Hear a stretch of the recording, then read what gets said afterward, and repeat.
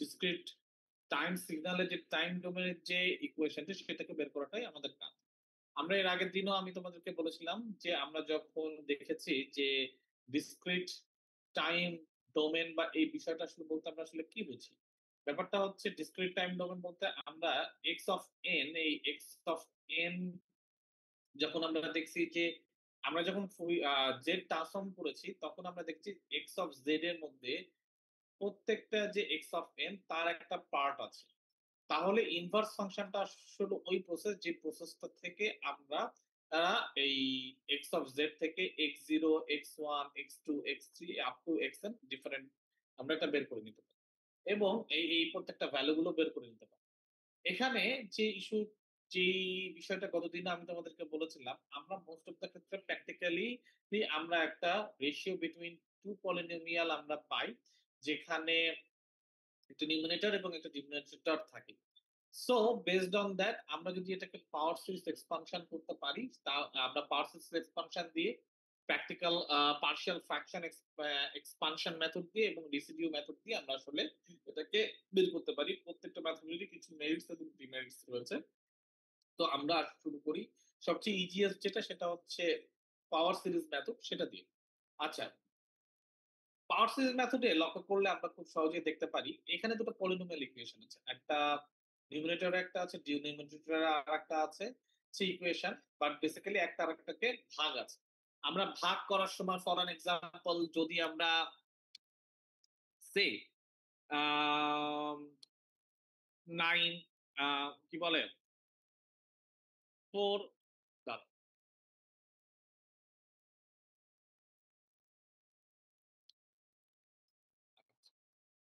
আমরা যদি এরকম একটা ড্রয়িং আমরা যদি করতে চাই 4 ডিভাইডেড বাই 3 এরকম যদি একটা হয় তাহলে আমরা ফার্স্টে নিই কি বা অল্টারনেটিভলি আমি বলতে পারি 40 নিয়েই করি।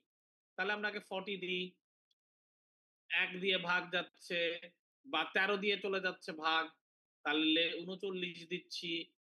ফার্স্টে 1 দিই, তারপরে কি হচ্ছে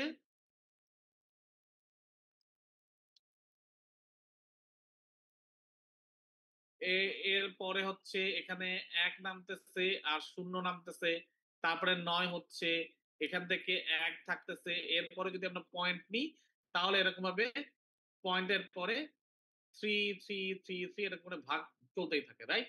এরকম হচ্ছে আমাদের একটা কন্ডিশন। বাট বিষয়টা হচ্ছে আমাদের এই ইকুয়েশনটা থেকে আমরা যেটা বুঝতে পারি সেটা হচ্ছে একটা দুটা পলিনোমিয়ালের যে ভাগফল সেটা ভাগফলটাই হচ্ছে দুটো পলিনোমিয়ালের যে ভাগফল সেই ভাগফলটাই বেসিক্যালি এক্স অফ জেড এবং এই এক্স অফ জেড এর প্রত্যেকটা যে X zero X minus sorry Z zero Z minus one Z minus two Z minus three প্রত্যেকটা যে কোএফিসিয়েন্ট ইন্ডিভিজুয়াল প্রত্যেকটা কোএফিসিয়েন্ট বেসিক্যালি একটা করে করে আমার এক্স এর যে যে কি বলে ডিজিটাল সিগন্যাল ডিজিটাল ডিসক্রিট যে সিগন্যালটা ডিসক্রিট টাইম যে সিগন্যালটা সেই ডিসক্রিট টাইম সিগন্যালকে রিপ্রেজেন্ট করে। তাহলে আমরা ফর অ্যান এক্সাম্পল যেটা পাওয়ার সিরিজ এক্সপানশনে সিম্পলি আমাদের যে দুটো থাকবে সেটাকে যদি আমরা ভাগ করি তাহলে যে আমরা এক্সপানশনটা পাচ্ছি সেই expansion say for an example for this one 1 plus 2 minus power to the power minus z1 plus z2 divided by 1 minus the z power to the power minus 1 plus 0.3561 to z to the power minus 2। তাহলে প্রথমেই যদি আমি এটাকে 1 দিয়ে গুণ করি তাহলে আমি যেটা পাবো সেটা হচ্ছে যেটা আমি হচ্ছে এখানে বসালে এবং এখান থেকে বিয়োগ করলে ভাগশেষ আমি যেটা পাবো সেটা হচ্ছে 3z power to the power 1 plus point sorry minus point minus হয়ে যাবে এটা, তাহলে plus 0.6439 into Z power two power minus two. Similarly এই টোটালটাকে যদি আমি এইটাকে আউট করতে চাই তাহলে আবার এখানে যদি 3 power two power minus Z one দিয়ে গুণ করি তাহলে দেখো 3z power to the power minus 1 minus 3z square plus 1.08 0683 into z to the power minus 3 এভাবে করে আমি একটা ফ্র্যাকশন ভ্যালু পাবো। আবার সেটাকে কাটাকাটি করলে এভাবে করে চালাই। আমি এক সাইডে যেমন আমি 1 প্লাস প্রত্যেকটা সিরিজ আমি পাচ্ছি। আমার একটা সিঙ্গেল ভাগফলটা যেটা পেয়ে যাচ্ছে সেটা হচ্ছে যে একটা হচ্ছে পাওয়ার সিরিজের আমি ভাগফল পাচ্ছি। আবার এট দ্যা সেম টাইম আমি যেটা পাচ্ছি এখানে একটা ইনফিনিটি লেংথ পর্যন্ত লং ডিভিশন আমি পাচ্ছি। সো এই ইউজুয়ালি যেটা হয় সেটা হচ্ছে এত লং ডিভিশন থাকে না। যেটা বলা হয় সেটা হচ্ছে ৪ টা বা ৫ টা। অর্থাৎ x0 থেকে x3 অথবা x0 থেকে x4 এই পর্যন্ত সংখ্যা বের করতেই বলা হয়। তাহলে এই কোশ্চেনটা যদি আমরা দেখি যে given the following Z transformation of a casual LTS system obtain its IZT by expanding into power series using long division এই ধরনের কথা বলা আছে এবং ফাইন্ড 4 অর 5 ভ্যালুস আমি জাস্ট তোমাদেরকে এটা বলবো। তো সেক্ষেত্রে দেখো আমি যখন এই পাওয়ার সিরিজ এক্সপানশনটা করলাম, পাওয়ার সিরিজ এক্সপানশনটা করলে তাহলে আমি লিখতে পারি কি x of z is equal to 1 plus 3 z inverse 1 plus us 3.6439 into z inverse minus 2 plus 2.5756 z inverse minus 3। তাহলে দেখো প্রথম ৪টা যে আমার আহ প্রত্যেকটা যে ইন্ডিভিজুয়াল যে এই discrete time signal x0 equal to 1, x1 equal to 3, x2 equal to 3.6439, x3 equal to 2.5756 and up to infinity. So এভাবে করে লং অ্যাপ্রোচে আমরা জাস্ট ডিভিশন করে করে আমরা ভাগ করতে পারি। রাদার দেন দ্যাট আমরা খুব সহজেই ম্যাথমেটিক্সের ইকুয়েশন বা ম্যাথমেটিক্স এর যে অ্যাপ্রক্সিমেশন এর যে ইকুয়েশন গুলো আছে, সেই রিফর্মুলেটেড ইকুয়েশন গুলো আছে, অ্যাপ্রোচ গুলো আছে সেগুলো ইউজ করে আমরা খুব সহজেই যেই যেই এই x0 x1 x2 up to xn বের করতে পারি which is equal to x0 is equal to b0 by b naught and x1 equal to b1 minus x0 a1 divided by a naught, similarly up to xn equal to bn minus summation of I equal to 1 to n x n minus 1 ai divided by a naught। এভাবে করে আমরা বের করতে পারি যেখানে x0 is equal to b0 by b1। এখন আমাদের এখানে তাহলে কোশ্চেন এসে দাঁড়াচ্ছে আমি b1 b2 a2 a1 এই ভ্যালুগুলো আসলে আমি কোথায় পাচ্ছি। ইনিশিয়ালি আমাদের এই যে এক্সাম্পল বা আমাদের যে প্রবলেম গুলো থাকবে ইনভার্সের জন্য সেখানেই আসলে সেটার যে ইকুয়েশনটা দেখো যদি আমি ফর্মুলেটেড পলিনোমিয়াল ফর্মুলেটেড ইকুয়েশনটা দেখি সেখানে আমি পাই উপরে নিউমারেটরের ক্ষেত্রে যে কোএফিশিয়েন্ট গুলো থাকে সেগুলো সব বি সিরিজের কোএফিশিয়েন্ট এবং নিচে যেটা থাকে সেটা হচ্ছে ডিনোমিনেটরের গুলো হচ্ছে সবগুলো হচ্ছে যে এ সিরিজের কোএফিশিয়েন্ট। সো এই ইকুয়েশনটা থেকে আমরা খুব সহজেই a0 a1 b0 b1 and a0 a1 a2 an am এগুলো সবই পেয়ে যাচ্ছে। Similarly b0 b1 b2 up to bn সবগুলোই আমরা ইনফরমেশন গুলো আমরা পেয়ে যাচ্ছি। তাহলে সিমিলারলি যদি আমরা আরেকটা সিমিলার ম্যাথমেটিক্স যদি আমরা করি দেখো x of z is equal to 1 plus 2z inverse 1 plus z power to the power minus 2 divided by 1 plus z power to the power minus 1 plus 0.3561 z power minus 2। এটা যদি আমাদের first four term of inverse z transformation xn এটার recursive অ্যাপ্রোচে যদি আমাদেরকে করতে বলে সেক্ষেত্রে আমরা খুব সহজেই আমরা প্রথমেই দেখি দেখো a0 is equal to 1 আহ,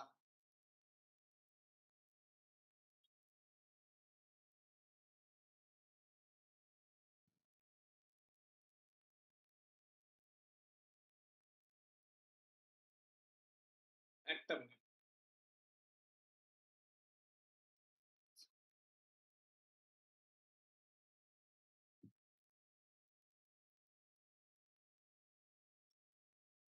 ও আচ্ছা, এখানে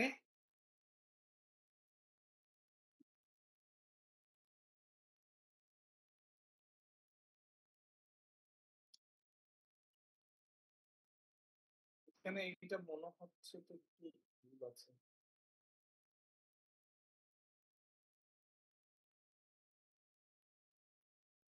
দেখো এই জায়গাটাতে অ্যাকচুয়ালি একটা ভুল করে বসে আছে, হ্যাঁ? এইখানে কিন্তু এই যেই অংশটুকু আছে সেই পুরো অংশটাই কিন্তু লেখাটা ভুল। এ এর জায়গায় বি লিখছে, বি এর জায়গায় এ লিখছে। বাট ক্যালকুলেশনের সময় আবার সবগুলো আবার ঠিকঠাকই লিখেছে। ক্যালকুলেশনের সময় কিন্তু সবগুলো আবার ঠিকঠাকই লিখেছে। আমি তোমাদেরকে এটা বুঝিয়ে দিচ্ছি। আচ্ছা, এখানে দেখো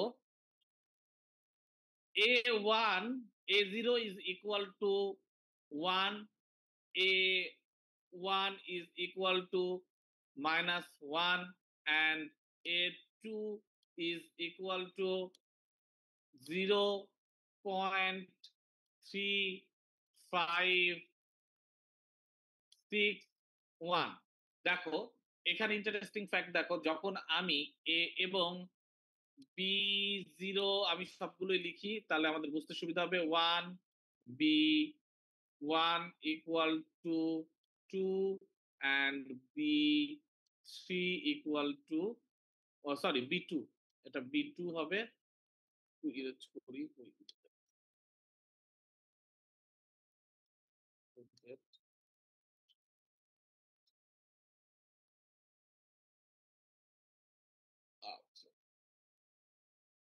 B two is equal to হচ্ছে 1। এখন এটার উপর বেস করে যদি আমরা এই ম্যাথমেটিক্যাল ফর্মুলেশনটা নিই তাহলে b0 by b1 equal to x0 equal to 1। দেখো x1 এর ক্ষেত্রে b1 minus x0, a1 divided by a0। b1 এর ভ্যালু হচ্ছে 2, দ্যাটস ওয়াই 2। a1 এর x0 এর ভ্যালু হচ্ছে 1 ইনটু a1 এর ভ্যালু হচ্ছে -1, 1 ইনটু -1 হচ্ছে 1 ইনটু -1, তারপরে ডিভাইডেড বাই a0, a0 এর ভ্যালু হচ্ছে 1 ডিভাইডেড বাই 1 করলে আমি যেটা পাচ্ছি সেটা হচ্ছে -1। তাহলে আমি পাচ্ছি 2 প্লাস 1 ইজ ইকুয়াল টু 3। এভাবে দেখো x2 এর ভ্যালু হচ্ছে b2, b2 এর ভ্যালু হচ্ছে, এখানে আমি যদি b2 এর ভ্যালু দেখি b2 এর ভ্যালু হচ্ছে 1, মাইনাস x1 এর ভ্যালু হচ্ছে 3, 3, a1 এর ভ্যালু হচ্ছে a1 এর ভ্যালু হচ্ছে 2, দ্যাটস ওয়াই না না না, a1 এর ভ্যালু হচ্ছে -1, দ্যাটস ওয়াই -1, মাইনাস x0 এর ভ্যালু হচ্ছে 1, এবং a2 এর ভ্যালু হচ্ছে 0.3561, which is equal to 3.6031। তাহলে এভাবে করে রিকার্সিভ অ্যাপ্রোচ ইউজ করে আমরা খুব সহজেই যে এই যে পাওয়ার সিরিজ এক্সপানশনের যে হ্যাসেল, সেই হ্যাসেলটা আমরা বের করতে পারি। বা ইন্টারেস্টিং ফ্যাক্ট তোমরা একটু লক্ষ্য করলে দেখো, বোথ এখানেও আমার এই যে প্রত্যেকটা টার্ম অর্থাৎ x1, x0, x3, x4, x5 এভাবে করে আমি ইনফিনিটি যত আমি ডিভিশন করব তত আমার ইনফিনিটি নাম্বার অফ অফ ওই কি বলে আমার যে প্রত্যেকটা যে পয়েন্ট, সেই পয়েন্ট গুলো আমি পেয়ে যাবো। ডিসক্রিট সিগন্যালের যে পয়েন্ট এক্স অফ এন, সেই এক্স অফ এন পাবো।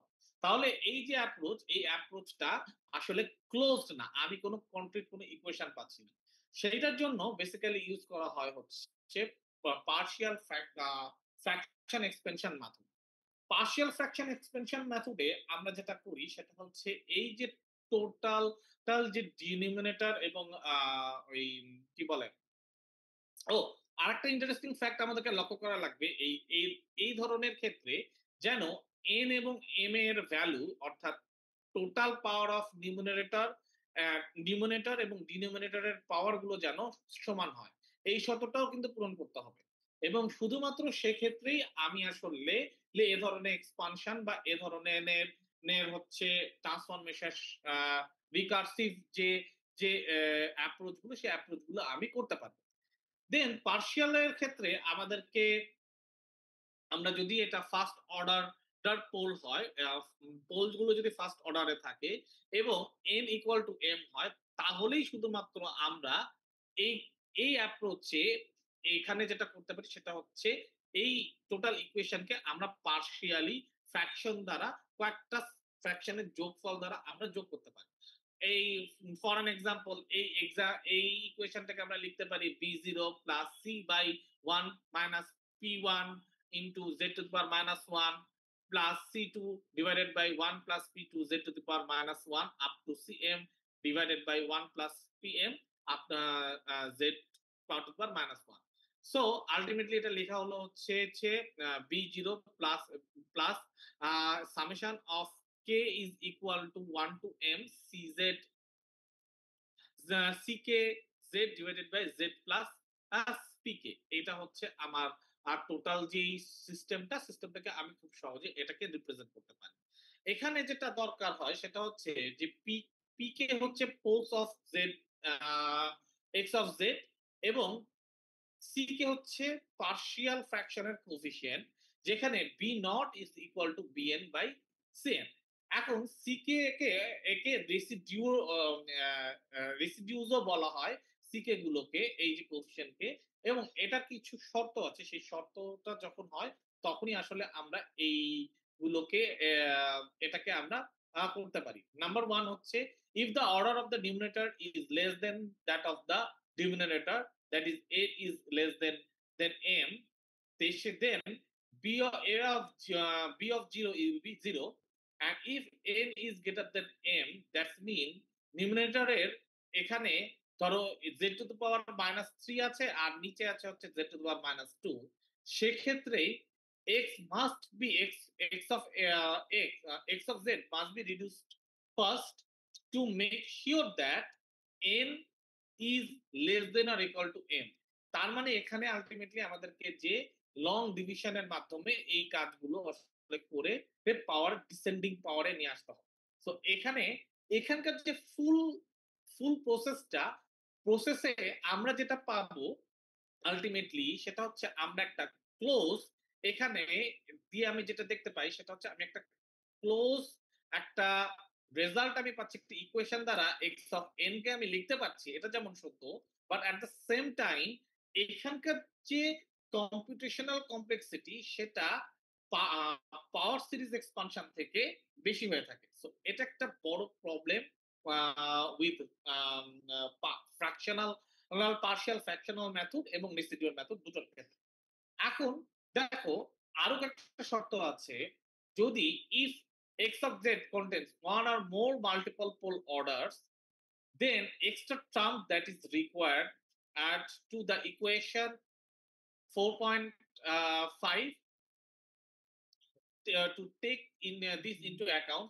For an example, if x of z contains m order of pole at z equal to pk, the partial fraction expansion must be included the term to form this coefficient এইখানে এইভাবে আসলে form করতে হবে, which is equal to di by z minus pk power to the power I, and the coefficient di must be obtained from this relationship. Di is equal to 1 divided by m minus I factorial into differentiation of order m minus I with respect to z of z minus pk power to the power m x of z by z, where z is equal to p of k. So এখানে অনেক যেই কথাগুলো বলা হয়েছে, যে কথাগুলো বলা হচ্ছে সেগুলো আসলে সোজা সাপটা একটা এক্সাম্পল করলে আমরা আসলে বুঝতে পারবো আসলে কিভাবে আমরা এই পদ্ধতিতে মানে পার্শিয়াল ফ্র্যাকশন এক্সপানশন মেথডে আমরা আমাদের রেজাল্টটা পেতে পারি। ফর অ্যান এক্সাম্পল, যদি আমরা এখানে দেখি x of z is equal to z power to the power -1 divided by 1 into 0.25 z power to the power -1 minus 0.75 into z power to the power -2, এরকম যদি হয় তাহলে আমরা খুব সহজেই উপরে এবং নিচে যদি z আমরা যদি জেড স্কোয়ার কে মাল্টিপ্লাই করি তাহলে আমি পাচ্ছি উপরে Z divided by Z square minus 0.25 Z into 0.375। তাহলে এইটাকে আমি যদি ফ্যাক্টরাইজ করি সেক্ষেত্রে আমি পাই Z divided by Z minus 0.75 plus Z point two Z plus 0.5। তাহলে খুব সহজেই এই ইকুয়েশনটাকে আমরা এর আগের যে ইকুয়েশন আছে অর্থাৎ এ ধরনের যে ইকুয়েশন, এই ইকুয়েশনে আমরা কনভার্ট করতে পারি। সো কনভার্ট করতে গেলে আমি দুটো আলাদা আলাদা ফ্যাক্টর নিই। একটা হচ্ছে Z C plus C into Z divided by Z minus 0.75 plus point Z plus 0.5 C2 into Z divided by Z plus 0.5, এই দুটো আমি টার্মিনোলজি ইনিশিয়ালি আমি ধরে নিতে পারি যেহেতু আমার ফ্যাক্টর আছে দুটা। এই দুটোকে যদি আমি মাল্টিপ্লাই করি দেখো তাহলে আমি এটা পাচ্ছি এবং আলটিমেটলি দুটোর ক্ষেত্রে একটা আরেকটাকে মাল্টিপ্লিকেশন করে আলটিমেটলি আমি কাটাকুটি করে আমি সেই জেড পাবো, যেইখানে জেড এর ভ্যালুটা কিছুটা হলেও ডিপেন্ড করবে এই C1 এবং C2 এই যে রেসিডুয়াল যে প্যারামিটার গুলো আছে সেই প্যারামিটার গুলো। তাহলে আমি খুব সহজেই এটাকে আমি কিভাবে এখন আমি বের করতে পারি, যখন এক্স অফ যে সময় আমার এখানে তার আগে আরেকটা বিষয় আমি তোমাদেরকে বলে নিই। আমি যখন এটাকে ফ্যাক্টরাইজ করেছি, এই ইকুয়েশন থেকে আমরা খুব সহজেই বলতে পারি z এর ভ্যালু 0 হলে আমি 0 পাবো এবং z এর ভ্যালু 0.75 এবং -0.5 হলে আমি আসলে পোল পাবো। কারণ সেক্ষেত্রে এটা হয়ে যাবে ইনফিনিটি। 0.75 যদি z এর ভ্যালু হয় তাহলে এই টার্মটুকু হবে 0, সো আমি x of z equal to infinity পাবো এবং z এর ভ্যালু যদি -0.5 হয় তাহলে এই ভ্যালুটুকু হয়ে যাবে হচ্ছে 0। সো আলটিমেটলি আমি যেটা পাবো সেটা হচ্ছে ইনফিনিটি একটা ভ্যালু পাবো। তাহলে আমি পোল গুলো কোথায় কোথায় পাচ্ছি এবং জিরো গুলো কোথায় পাচ্ছি সেগুলো আমি আসলে খুব সহজে বুঝতে পারছি। এখন যদি আমি এটার বোথ সাইডে এই ইকুয়েশনের বোথ সাইডে জেড কে নিচে নামায়ে এক্স অফ জেড কে উপরে দিয়ে যদি আমি এক্স ইকুয়াল টু আমি ধরো এই একটা একটা আহ, একটা আহ, ইয়া করি এই এই ইকুয়েশনটার, অর্থাৎ x of z equal to c of z c1z divided by a z minus 0.75 plus z c of c2 of z divided by z plus 0.5, এটা দুই পাশে যদি x sorry z minus 0.5 into divided by z এটা যদি করি তাহলে আমি এক সাইডে যেটা পাই সেটা হচ্ছে দেখো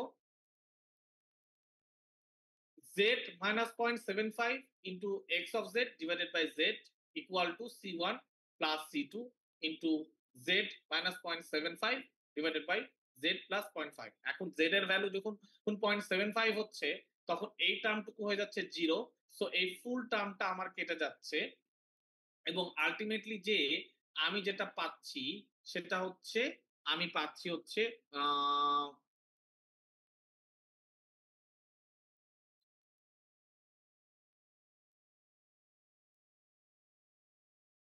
ও আচ্ছা, এবং এখানে যেমন এইটুকু পাচ্ছি এট দ্য সেম টাইম আমি যদি এই অংশটুকুকে বাদ দিই, যেহেতু আমার ইনিশিয়াল ইকুয়েশনও ছিল হচ্ছে এটা, তাহলে এই অংশটুকুতে পাচ্ছি 1/z+0.5। বিষয়টা হচ্ছে কাইন্ড অফ এইরকম, আমি তোমাদেরকে একটু লিখে দেখাই। ধরে নাও এই অংশটুকু 9 বা অর্ডার, আমি আগে এটা বলি কন্ট্রোল জেড।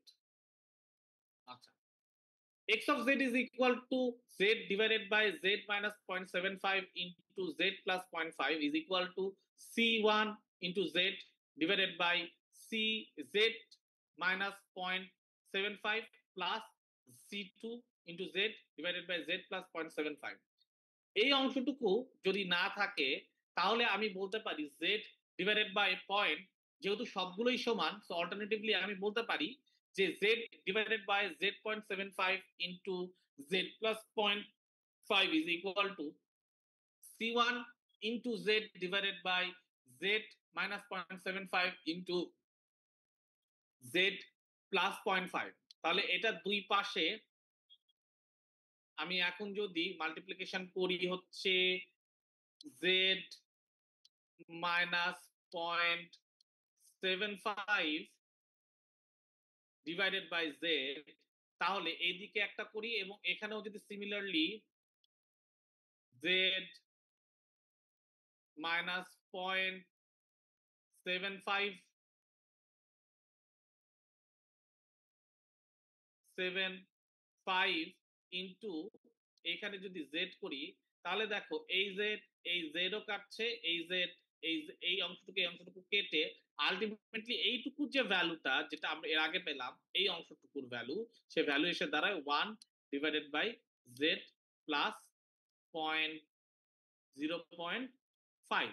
এখন z এর ভ্যালু যদি 1.75 হয় তাহলে এই অংশটুকু হবে 0, so c1 is will be equal to 1 divided by 0.75 plus 0.5 which is equal to 4/5 similar way দিয়ে আমরা সিমিলারলি আমরা যেটা পাই সেটা হচ্ছে C2 is equal to minus 0.4/5 এখন তাহলে সেক্ষেত্রে আমি খুব সহজে লিখতে পারি যে এই C1 এবং C2 এর ভ্যালু যদি আমি বসাই সেক্ষেত্রে আমি লিখতে পারি x of z is equal to 4/5 of z divided by z minus 0.75 minus 4/5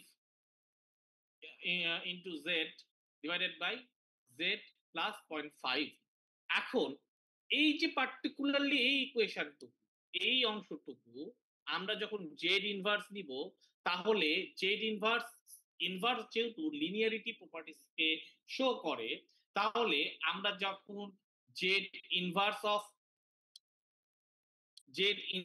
of এইটাকে নিচ্ছি তখন সে আসলে individually Z inverse of 4/5 z divided by z minus 0.75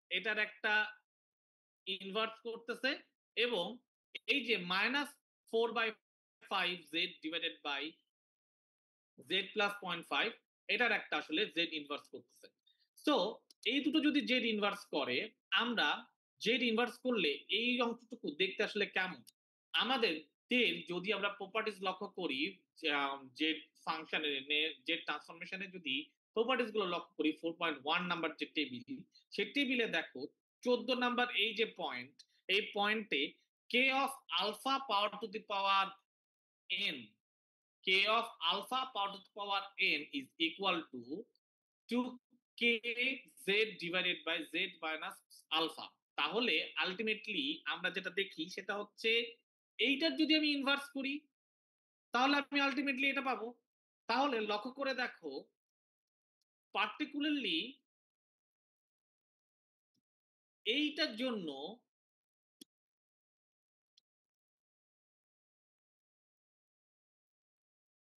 k এর ভ্যালু হচ্ছে 4/5 আর আলফার ভ্যালু হচ্ছে point alpha is equal to 0.75 তাহলে আমি আলটিমেটলি এইটুকুর জন্য জেড ইনভার্স আমি করতে পারি কি 4/5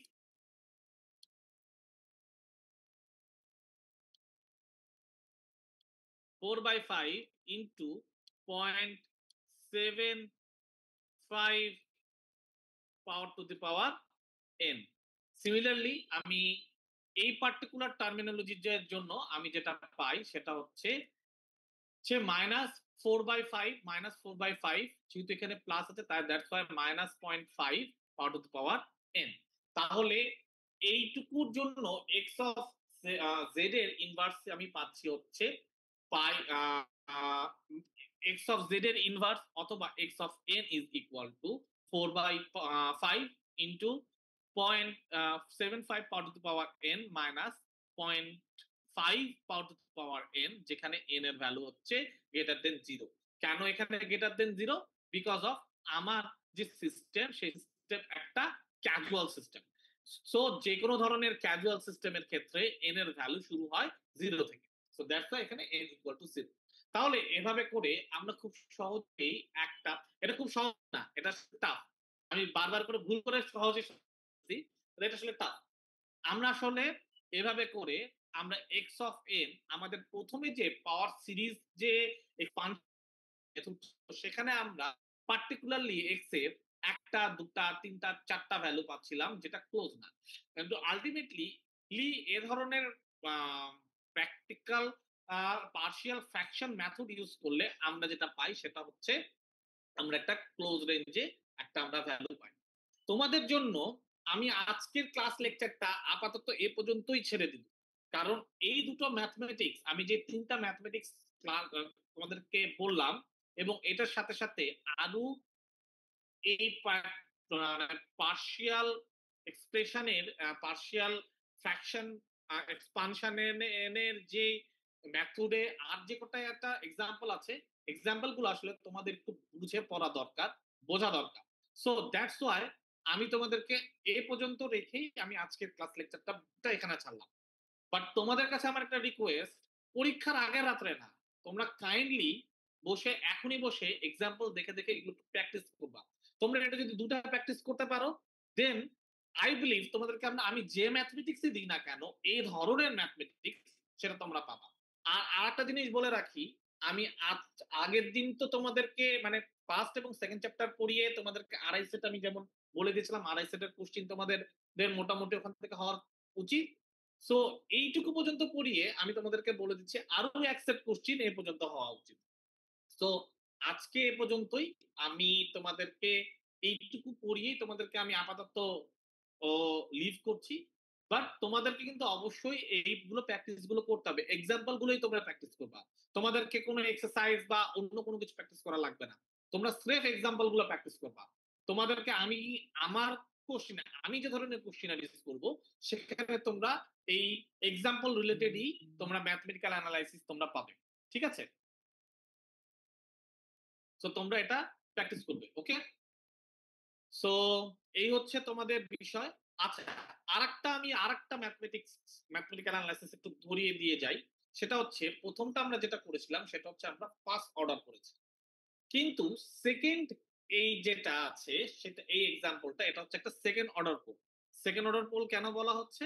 কারণ দেখো এখানে যে ইকুয়েশনটা আমি পাই সেটা হচ্ছে জেড মাইনাস 0.5 এবং নিচে Z square Z minus 1 whole square. So এখানে আমি ফার্স্ট অর্ডার পোল পাচ্ছি হচ্ছে 0.5 এ এবং সেকেন্ড অর্ডার পোল পাচ্ছি হচ্ছে সে পয়েন্ট জেড ইকুয়াল টু 1 এ। দ্যাটস ওয়াই এই যে পার্শিয়াল যে এক্সপ্রেশনটা হবে সেই পার্শিয়াল এক্সপ্রেশনটা আমরা যেটা পাই সেটা হচ্ছে x of z is equal to c divided by z.5 plus d1 d2, একটা d1 এর জন্য z minus 1 plus d2 এর জন্য হচ্ছে z minus 1 হোল স্কয়ার। এখন c1 টা তো এর আগেরটার মতোই খুবই ইজিয়ার টু ফাইন্ড। সেই ইজিয়ার টু ফাইন্ড কেমন করে আমরা এই পাশে এই ইকুয়েশনের পাশে যদি আমি জেড স্কোয়ার দিয়ে উপরে মাল্টিপ্লিকেশন নিচে হচ্ছে উপরে জেড মাইনাস ওয়ান দিয়ে মাল্টিপ্লিকেশন নিচে যদি জেড স্কোয়ার দিয়ে মাল্টিপ্লিকেশন করি, তাহলে খুব সহজেই আমি কাটাকুটি করে আলটিমেটলি আমি যেটা পাবো সেটা হচ্ছে সি ইজ ইকুয়াল টু 0.5 এর জন্য সি এর ভ্যালু আমি 2 পাবো। এটা একটা প্ল্যান। এখন ডি এর জন্য আমাদের দেখো দুটো ডিফারেন্সিয়েশন। ডি এর জন্য আমাদের যেটা করতে হবে, ফার্স্টে কোফিশিয়েন্ট যেহেতু দুটো আছে তাহলে আমাদের দুটো কোফিশিয়েন্ট বের করতে হবে এবং সেই দুটো কোফিশিয়েন্ট থেকে আমি খুব সহজেই আমার d1 এবং d2 পাচ্ছি। So first d1 is equal to d divided by dz into z minus 1 x square xz divided by z। So মানগুলো ভ্যালুগুলো বের করে যেহেতু d1 বের করছি, d1 এর ক্ষেত্রে z equal to 1, সেই 1 বসালে আমি -2 পাবো এবং সিমিলারলি d2 এর ক্ষেত্রে আমি ভ্যালুগুলো বসিয়ে যদি সিমিলারলি আমি i equal to 2 m equal to 2 রাখি, তাহলে আমি যেটা পাবো সেটা হচ্ছে 2। সো আলটিমেটলি আমি x অফ z কে লিখতে পারবো হচ্ছে 2 divided 2z divided by z minus 0.5 minus 2z divided by z minus 1 plus 2z divided by z minus 1 whole square. এই যে ইকুয়েশনটা, এই ইকুয়েশনটাকে আমরা খুব সহজেই আমরা যদি হচ্ছে খুব আবারও ভুল করে আমি বলে ফেলেছি খুব সহজে, আমার এটা বলা উচিত হয়নি। আমি যদি ইন্ডিভিজুয়াল এই তিনটা ফাংশন, একটা দুটা তিনটা ফাংশনের জেড ইনভার্স করি 4.1 টেবিলের এর আগেরটার মতো করে, তাহলে আমি পাচ্ছি দেখো 2 into 0.5 power to the power n minus, যেহেতু মাইনাস 2 ইন্টু 1 1 আছে 1 পাওয়ার টু দি পাওয়ার n মানে হচ্ছে 1, তাহলে মাইনাস 2 প্লাস 2 ইন্টু n, এই অংশটুকু আমি পাচ্ছি। সো আলটিমেটলি আমি যেটা পাচ্ছি সেটা হচ্ছে 2 into n minus 1 plus 0.5 power to the power n, যেখানে n এর ভ্যালু হচ্ছে এটা দেন আর ইকুয়াল টু 0। সো এভাবে করে আমরা পার্শিয়াল ফ্র্যাকশন থেকে আমরা একটা ডিজিটাল ডিসক্রিট টাইম সিগন্যালের একটা ক্লোজ ইকুয়েশন আমরা খুব সহজেই আসলে বের করতে পারি। সো এইটা হচ্ছে আসলে পার্শিয়াল ফ্র্যাকশন যে এক্সপানশন সেটা এবং রেসিডিউর যে মেথড সেই রেসিডিউর মেথডের সুবিধা। আমি রেসিডিউর মেথডটা আমি কালকে পড়াবো। আজকে তোমাদেরকে আর ম্যাথমেটিক্স এর এত বেশি চাপ দিব না। আমি এর পরের দিন তোমাদেরকে রেসিডিউর মেথড পড়াবো। তাহলে যদি আমরা আসলে কম্পারিজনে দেখতে চাই, এটা একটা খুব সুন্দর ছোট কোশ্চিন তোমাদেরকে আসার মতো। সেটা হচ্ছে যদি আমরা কম্পারিজনে দেখতে চাই তাহলে আসলে এটা কম্পারিজনটা কি?